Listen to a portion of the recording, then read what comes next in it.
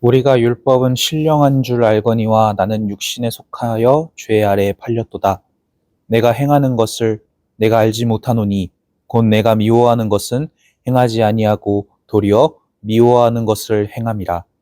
만일 내가 원하지 아니하는 그것을 행하면 내가 이로써 율법이 선한 것을 시인하노니 이제는 그것을 행하는 자가 내가 아니요 내 속에 거하는 죄니라. 내 속 곧 내 육신에 선한 것이 거하지 아니하는 줄을 아노니 원함은 내게 있으나 선을 행하는 것은 없노라. 내가 원하는 바 선은 행하지 아니하고 도리어 원하지 아니하는 바 악을 행하는도다. 만일 내가 원하지 아니하는 그것을 하면 이를 행하는 자는 내가 아니요 내 속에 거하는 죄니라. 아멘. 오늘도 하나님의 말씀을 사모하여 주말 하루를 말씀으로 시작하는 모든 분들께 주님이 주시는 평안이 넘치기를 예수님의 이름으로 축복합니다.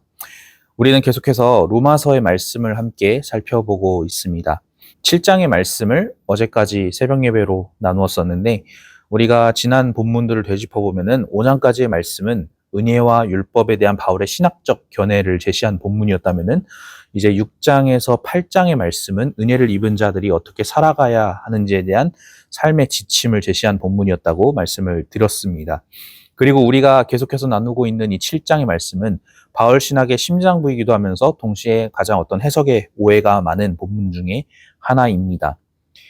바울은 은혜를 입은 자도 율법을 버려서는 안 됨을 역설했었습니다. 6장에서는 정체성을 통해서 우리가 왜 율법과 반대되는 삶을 살면 안 되는지를 제시했었죠. 그런데 바울에게 그럼 이렇게 반론할 수도 있었을 겁니다. 그러면 결국 은혜를 입은 자도 율법을 따라서 사는 건데 그러면 율법에 여전히 속박되는 것 아닙니까?와 같은 반론을 제시할 수 있었겠죠. 그래서 7장에서는 바울이 왜 율법의 문제처럼 보이면서 왜 오해를 빚어내는지, 왜 율법 자체는 그럼에도 불구하고 악한 것이 아닌지에 대한 해명을 적극적으로 구명하는 것이 오늘의 본문입니다.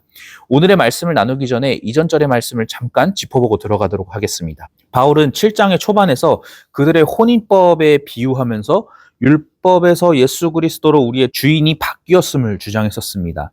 남편이 죽으면은 아내에 대한 구속력이 사라지는 것이 당시 로마의 혼인법이었습니다. 아내된 사람이 남편의 집에 매일 필요가 없었던 것이죠. 동아시아의 문화와는 많이 다릅니다. 과거 우리 같은 경우는 순장이라는 풍습이 있었을 정도로 이제 남편에게 아내에 대한 구속력이 있었던 것과 별개로 이 로마 시대에는 그런 법이 없었거든요. 로마 시대의 법에서는 남편이 죽으면은 그 아내는 자유의 몸이 되는 그런 시스템이었던 것인데 우리의 이전 사람이 예수님을 따라 죽었기 때문에 율법의 구속력이 효용을 잃었음을 바울은 혼인법을 통해서 주장했던 것이죠. 핵심은 율법이 죽을 수 없다는 것입니다. 모세의 율법은 인간이 만날 수 없었던 하나님의 그림자와 같은 것이므로 그것 자체가 죽을 수는 없었습니다. 대신에 우리의 죄된 옛사람이 그리스도를 따라 죽고 예수님을 따라 부활함으로 우리는 이 율법의 구속에서 벗어나서 예수 그리스도를 섬기게 되었음을 바울은 6절까지의 말씀을 통해서 이 모든 것들을 주장했었습니다. 그러면 율법은 악한 것일까요? 아니면 폐기되어야 하는 과거의 유물이었을까요? 그렇지 않음을 바울은 또 역설합니다. 율법과 예수님의 길에는 한 가지 공통점이 있습니다. 무엇일까요? 그것은 하나님으로 향하는 일종의 통로라는 점입니다. 그런데 예수님의 길과 율법의 길에는 또 결정적인 한 가지 큰 차이가 있었는데 그것이 무엇이냐면은 예수님의 길은 우리의 무력함을 인정하고 우리의 죽음으로 열리게 됩니다. 우리의 모든 것을 내려놓음으로써 예수님께서 우리를 그 길로 인도하는 길입니다. 그런데 율법은 우리의 적극적인 행함으로 열리는 길이라는 데 있었습니다. 이것이 율법의 길이 지니는 치명적인 일종의 단점이었던 것이죠. 이건 바꿔 말하면 이렇게 설명할 수 있습니다. 율법 자체가 선하고 온전하더라도 그것이 우리를 통해서 생각되고 행해질 때 우리라는 필터를 거치게 된다는 겁니다. 그렇기 때문에 율법을 행할 때 우리의 욕심과 욕망이 들어갈 수도 있는 겁니다.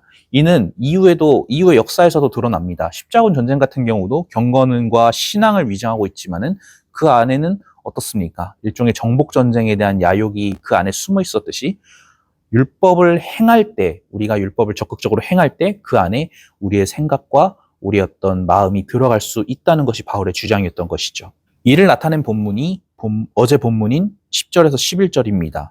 생명에 이르게 할 그 계명이 도리어 나를 사망으로 몰아넣고 죄가 기회를 틈타 계명으로 말미암아 나를 속이고 죽였다라는 바울의 이 고백은 율법의 선함과는 별개로 그것을 받고 행하는 자들의 본질이 그렇지 않음을 역설하고 있는 것이죠. 이런 배경을 이해하고 오늘의 본문을 읽으면은 왜 바울이 율법이 더 이상 우리의 상전이 아님을 주장하면서도 율법이 여전히 악하며 폐기되어야 할 것이 아님을 주장하는지, 그리고 이 모든 것들이 모순이 아닌지를 납득할 수 있게 됩니다. 오늘 본문 14절은 우리가 쭉 짚어왔던 것들을 이렇게 요약합니다. 우리가 율법은 신령한 줄을 알거니와 나는 육신에 속하여 죄 아래 팔렸도다. 모세 율법 자체는 하나님의 그림자와 같은 것이라고 말씀을 드렸습니다. 하나님과 이웃을 사랑하기 위한 일종의 가이드북 같은 것이죠.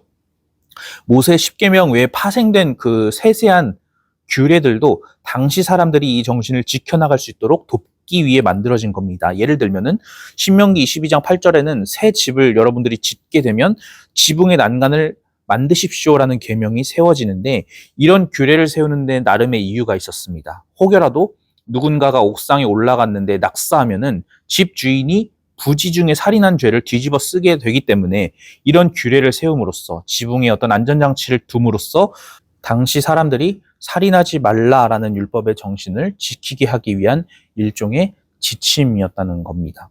율법의 목적은 단순합니다. 그것을 따르는 이로 하여금 하나님을 사랑하고 또 그 형상인 이웃을 사랑하게 만드는 데 있었기 때문입니다. 그런데 이것을 생각하고 행하는 우리가 온전하지 못한 이상 이 규례들에 불순물이 섞이기도 한다는 것을 바울은 증언한 것입니다. 그리고 누구보다도 사도 바울 자체가 이것을 뼈저리게 느꼈을 겁니다. 그가 스스로 소개하기를 바리새인 중 바리새인이며 가말리엘의 수제자였다라고 소개를 하니 말이죠. 누구보다 율법을 열심히 공부하고 그것을 지키며 살았던 자신이었기 때문에 그 율법 속에 얼마나 쉽게 자신의 광기가 섞일 수 있었는지를 절실히 느꼈던 겁니다. 17절의 말씀은 이렇게 고백됩니다. 이제는 그것을 행하는 자가 내가 아니요 내 속에 거하는 죄니라. 바울은 율법을 지킨다는 열심으로 예수님을 믿는 자들을 잡아들이고 그들이 돌에 맞아 죽는 것을 보며 기뻐했습니다. 바울은 그것이 하나님의 율법을 잘 지키고 그것이 하나님을 사랑하는 방식이라고 믿었습니다. 그러나 예수님을 만나고 나서 바울의 모든 생각이 뒤집힙니다. 자신이 행했던 일, 즉 예수 믿는 도당을 남녀노소 가리지 않고 붙잡고 핍박했던 일은 하나님의 형상인 이웃을 무참히 짓밟는 행위였으며, 우월함의 증표라고 여겼던 율법과 유대인의 그 혈통은 이방인들을 하나님 나라로 데려오기 위한 장자의 책임이었다는 것을 예수님을 만남을 통해서 바울이 깨닫게 된 것이죠. 바울의 율법 준수에 대한 열망은 갈 곳 없는 그의 분노와 미움 그리고 감정이 투영됐었던 겁니다. 사도 바울은 예수님을 만나고 그것을 깨닫습니다. 그리고 더 이상 우리의 행함으로 하나님께 의롭다고 칭함을 얻기를 내려놓게 됩니다. 이 자신의 경험이 투영된 고백이 18절부터 20절까지의 고백입니다. 우리 함께 18절에서 20절의 말씀을 함께 읽어보도록 하겠습니다. 내 속 곧 내 육신에 선한 것이 거하지 아니하는 줄을 아노니 원함은 내게 있으나 선을 행하는 것은 없노라. 내가 원하는 바 선을 행하지 아니하고 도리어 원하지 아니하는 바 악을 행하는도다. 만일 내가 원하지 아니하는 그것을 하면 이를 행하는 자는 내가 아니요 내 속에 거하는 죄니라. 아멘. 바울은 율법을 행하려는 우리의 생각과 의지로는 우리가 반드시 그 율법을 악용하고 우리의 생각을 정당화하는 데 오히려 율법을 이용하게 될 것이라고 경고합니다. 마치 예수님께서 시험을 받으실 때 그 시험이 어떻게 떨어집니까? 하나님의 말씀을 인용하면서 떨어집니다. 시편을 인용하기도 하고 여러 가지 말씀을 통해서 예수님을 유혹했던 것이 예수님의 시험이었던 것처럼 우리는 분명히 우리의 증오나 미움, 교만을 율법이라는 상자에 포장해서 행할 것임을 바울은 로마 교회에 경고한 것입니다. 그리고 반대로 율법을 폐기하려는 무리들에게는 율법 자체는 여전히 선한 것임을 입증하면서 방종하게 사는 것을 막은 것이죠. 율법을 포장지로 나의 소욕을 채우느냐 혹은 대놓고 나의 소욕을 채우느냐, 이 모두 그리스도인이 걸어가야 할 길은 아니었던 것입니다. 우리가 걸어야 할 길은 예수의 길임을 믿어 의심치 않습니다. 그리고 바울은 마침내 은혜를 사모하며 기다리는 자가 됩니다. 죄인이었던 자신에게 예수님이 말없이 찾아오셔서 새 삶을 주셨듯이 하나님의 은혜를 믿으며 그리스도의 오심에 기뻐하는 자들은 그리스도를 기다리는 삶을 살게 된다는 것이 바울의 신앙이자 신학이었습니다. 저는 오늘을 살아가는 우리에게 이 바울의 믿음이 필요하다 믿어 의심치 않습니다. 분열하고 서로의 믿음이 옳다고 주장하는 목소리는 여기저기 들리는데 고요하게 하나님의 말씀을 듣고 그 힘을 믿고 그 말씀을 사랑하며 묵상하고 행하는 자들은 적어진 시대이기 때문입니다. 우리 이미 오신 예수님을 기다리는 자들이 되기를 소망합니다. 우리의 할 수 있음을 내려놓고 하나님의 말씀을 의지하며 그것을 사모하며 살아갈 때 우리 주변의 이웃을 사랑하고 말없이 다가가 그들과 기쁨과 슬픔을 나눌 때 하나님이 우리를 통해 일하실 것을 믿습니다. 나의 삶이 바뀜으로 나의 이웃의 삶이 바뀌고 또 우리의 삶이 바뀌고 그러므로 우리의 주변이 하나님의 나라로 세워지는 역사를 고대하며 기다리는 우리 모든 독일교회 성도님들과 온라인으로 참여하는 모든 분들의 삶이 되기를 이 자리에서 기도하겠습니다.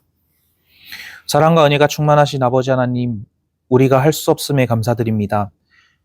우리의 무력함과 연약함을 시인하고 하나님께 집중하며 그 말씀에 귀를 기울이는 듣는 마음을 우리에게 오늘 허락하여 주시옵소서. 이 토요일에 말씀을 사모하여 들으러 온 모든 이들에게 주님의 성령을 부어주시옵시고 오늘도 하나님의 일을 기대하고 기다리며 살아갈 수 있도록 하여 주시옵소서. 이 땅에 내려와 우리에게 찾아오시고 새 삶을 허락하신 우리의 구원자 예수님의 이름으로 기도드립니다.